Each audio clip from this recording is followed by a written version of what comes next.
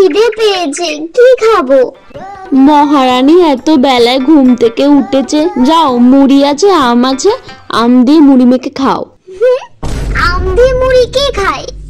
খেতে হলে খাও, না হলে এখান থেকে যাও। খাচ্ছি।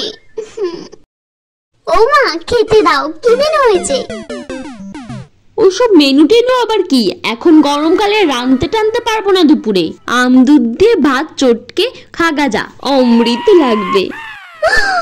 আবার আম? আমি ওসব আম চটকে খেতে পারবো না।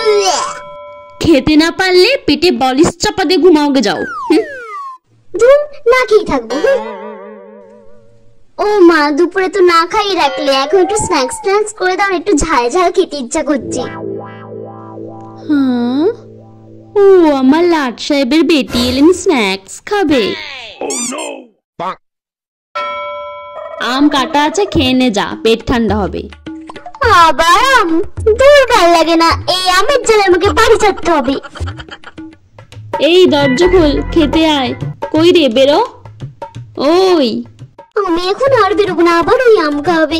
একবার জিজ্ঞাসা করি কি রান্না হয়েছে। কি রান্না হয়েছে? রুটি আর আম। যা ভাবলাম, আবার ওই আম। বেরোবোই না, মা ঘুমিয়ে গেলে ফ্রিজ থেকে ডিম বার করে ভাজা খেয়ে নেব। আমি খাবো না, খিদে নেই, তুমি খাও। আচ্ছা, আমি আম রুটি ঢাকা দিয়ে রাখছি, তুই খেয়ে নিস। রাত 12টায়